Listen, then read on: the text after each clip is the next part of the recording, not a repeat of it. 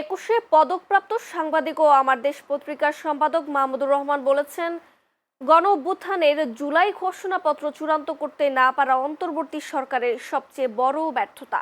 বলেন, জুলাই শহীদদের ভুলে গেলে জাতীয় অস্তিত্ব সংকটে পড়বে। সকালে জাতীয় প্রেস ক্লাবে এবি পার্টির ৩৬ দিন ব্যাপী জুলাই উদযাপন কর্মসূচির উদ্বোধনী অনুষ্ঠানে তিনি এসব কথা বলেন। এ সময় তিনি বলেন, রাজনৈতিক নেতাদের মনে রাখতে হবে, রাজনীতিতে দিল্লির মতো কোনো বিদেশি শক্তি যেন বাংলাদেশের মাথায় আর ছড়ি ঘুরাতে না পারে।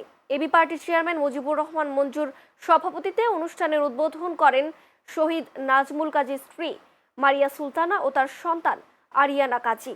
উপস্থিত ছিলেন পটুয়াখালী বিজ্ঞান ও প্রযুক্তি বিশ্ববিদ্যালয়ের সাবেক VC doctor Abdul Latif Masum, A B পার্টির senior vice chairman professor doctor major অবসরপ্রাপ্ত আব্দুল ওয়াহাব মিনার ও সাধারণ সম্পাদক ব্যারিস্টার আসাদুজ্জামান ফুয়াদ সহ কেন্দ্রীয় নেতারা।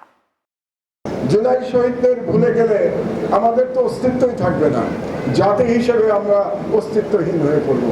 কাজে আমরা কিভাবে শহীদ পরিবারকে ভুলে যেতে পারি?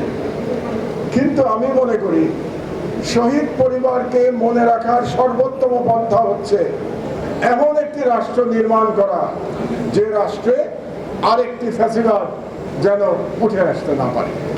বলা হয়েছে যে 2 বারের বেশি প্রধানমন্ত্রী হতে পারবেন না, কিন্তু বলা হয় নাই যে 10 বছরের পরে তিনি আবার রাষ্ট্রপতি হতে পারবেন না। এটা কিন্তু বলা হয় নাই।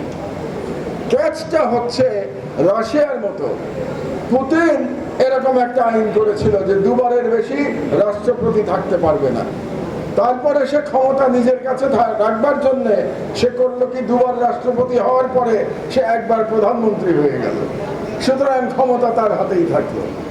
এইটা যদি আমরা বন্ধ করতে চাই, তাহলে আমাদের আইন যেটা করতে হবে যে 2 বারের বেশি 10 বছরের বেশি প্রধানমন্ত্রী তো থাকতে পারবেন না, এবং তিনি আর কখনো রাষ্ট্রপ্রধান কিংবা সরকার প্রধান হতে পারবেন না। এই কথাটি আপনাদের মাথায় রাখতে হবে।